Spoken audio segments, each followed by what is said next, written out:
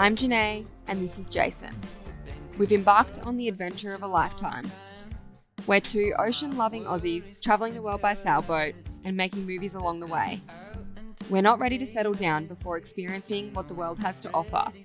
Life doesn't always offer second chances. Sometimes it is now or never. Tune in every week for new episodes. Enjoy and don't forget to subscribe.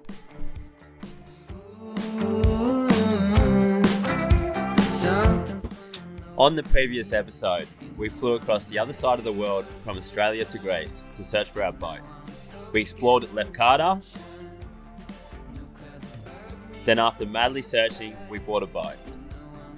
Did a bunch of boat work, and it's finally splash day.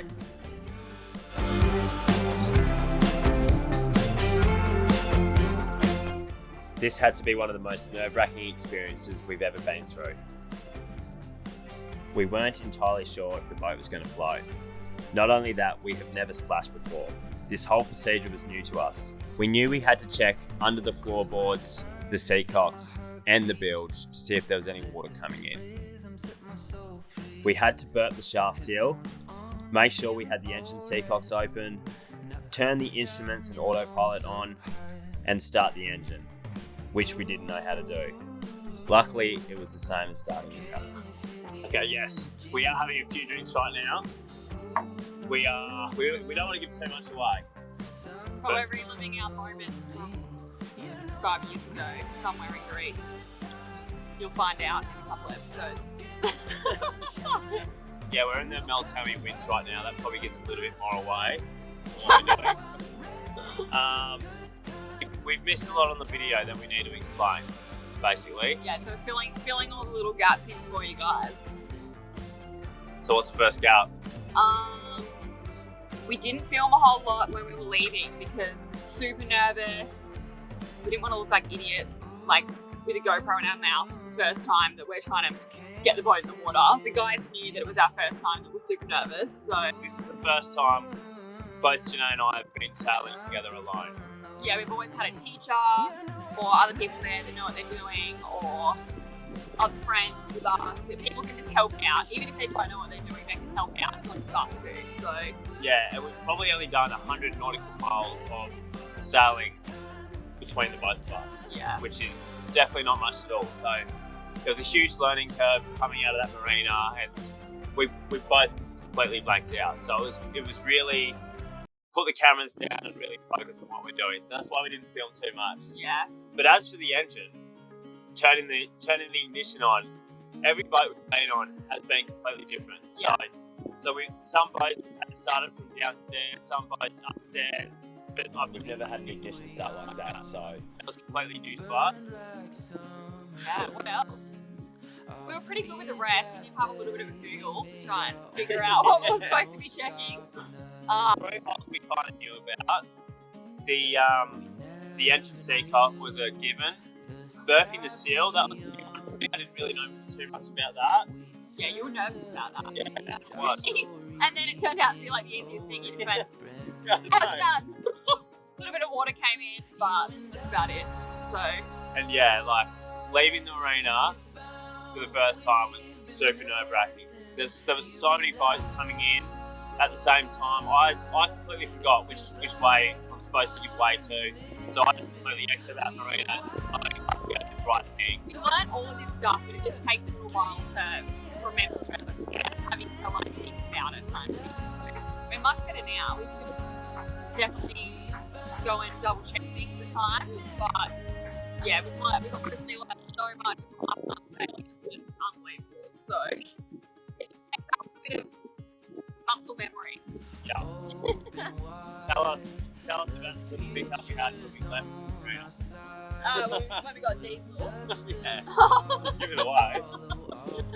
So we had to dock up to, we assumed that we needed petrol because the little gauge was showing nothing. So anyway, we went into the dock. Lucky there was like no one there. We had to VHF the guy on the way in. We couldn't get an answer back, so then we rang them. Anyway, he was waiting there for us.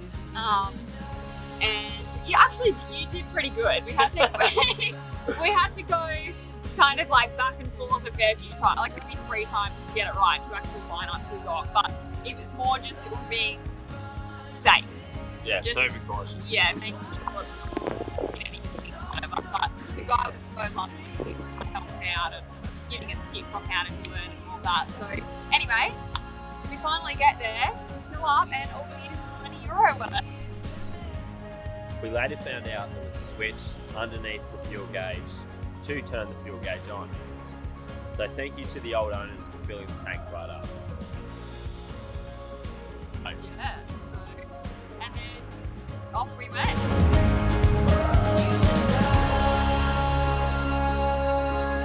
We have found what we've been missing, you and I. It feels like we're finally living. We are wide awake, it's all so clear.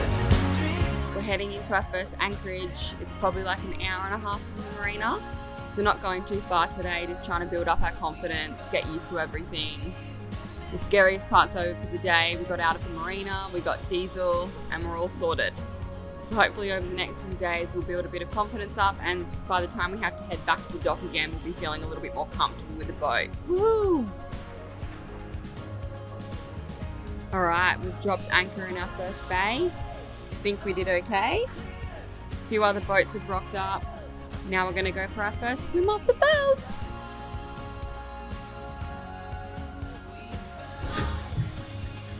Take your hat off. Nah.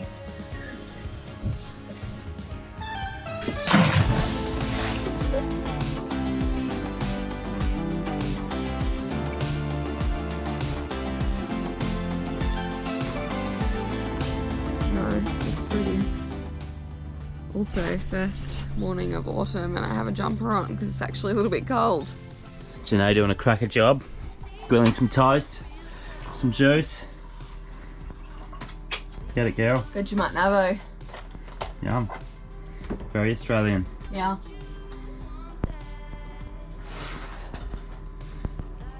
If you guys don't know what Vegemite is, you should try it. Yeah, but they need an Aussie to help them out with the procedure. I've heard of lots of Americans doing like spreading like peanut butter on there. Going over the top. Here you go, my darling. Thank you. Cheers.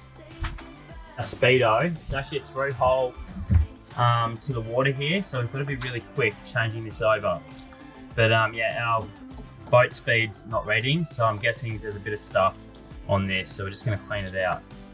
So, you have to be really quick with this. Is it gonna burst everywhere? What's up? Oh my god, you panicked so much! Even if a whole bucket got in there, so you can clean it. It's going into there. Good job. So far. Now, oh yeah, we bloody put anti-foul on it. Yeah, because we had no idea. That's still Well, I spinning should've- freely. So we should have looked it up.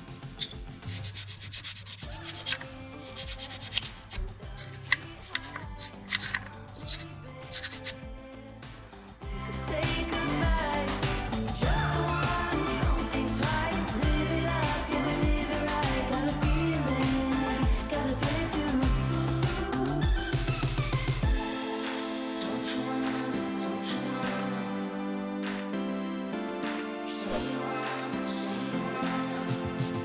Don't you Want to walk up to this castle that we've seen off the boat. It looks really, really nice, but there's our boat in the background. Little baby. See the little dot over there? That's us.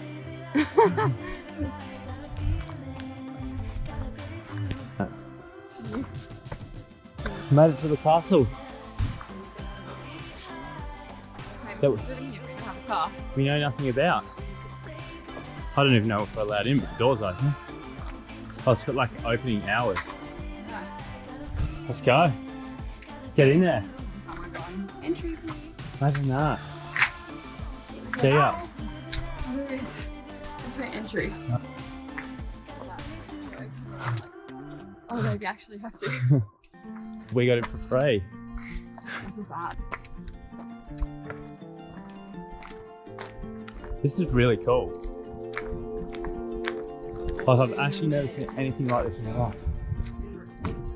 Nah, it's massive. What are you doing trying to get up there, mister?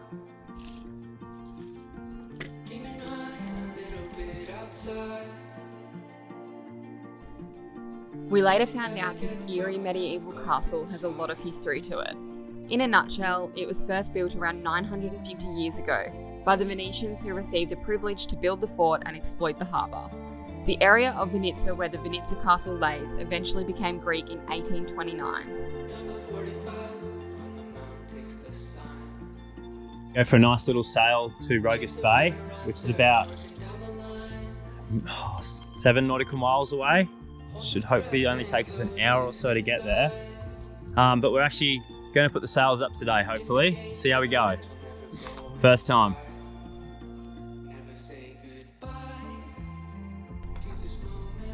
There wasn't a breath of wind, so we went another day just motoring. Then finally the next day we had the perfect amount of wind for our very first sail on escapade. Don't go inside, don't leave me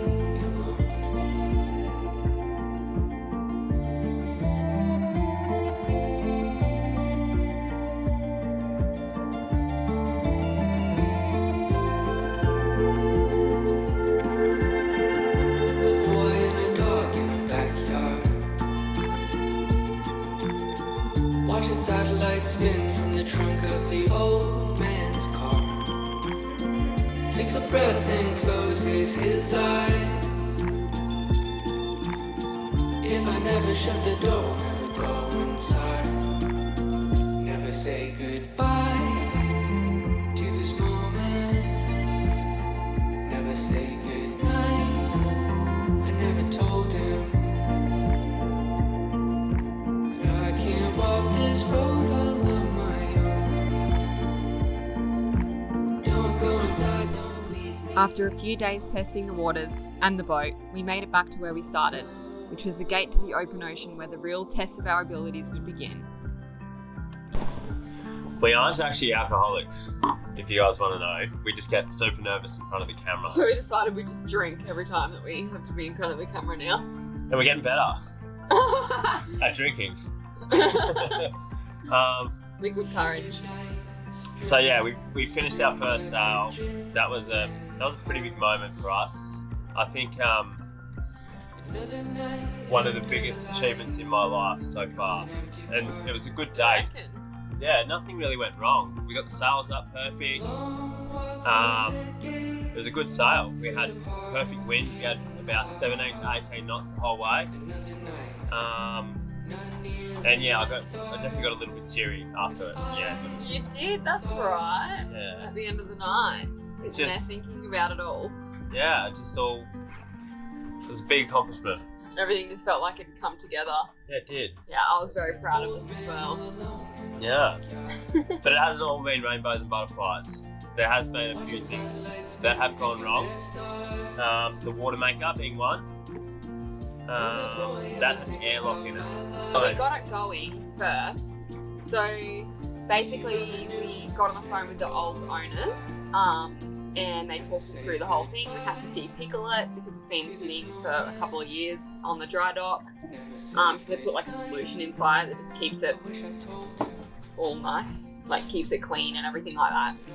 So we got it all up and running, everything was good. We're really excited because it was working, because it's a very expensive piece of equipment.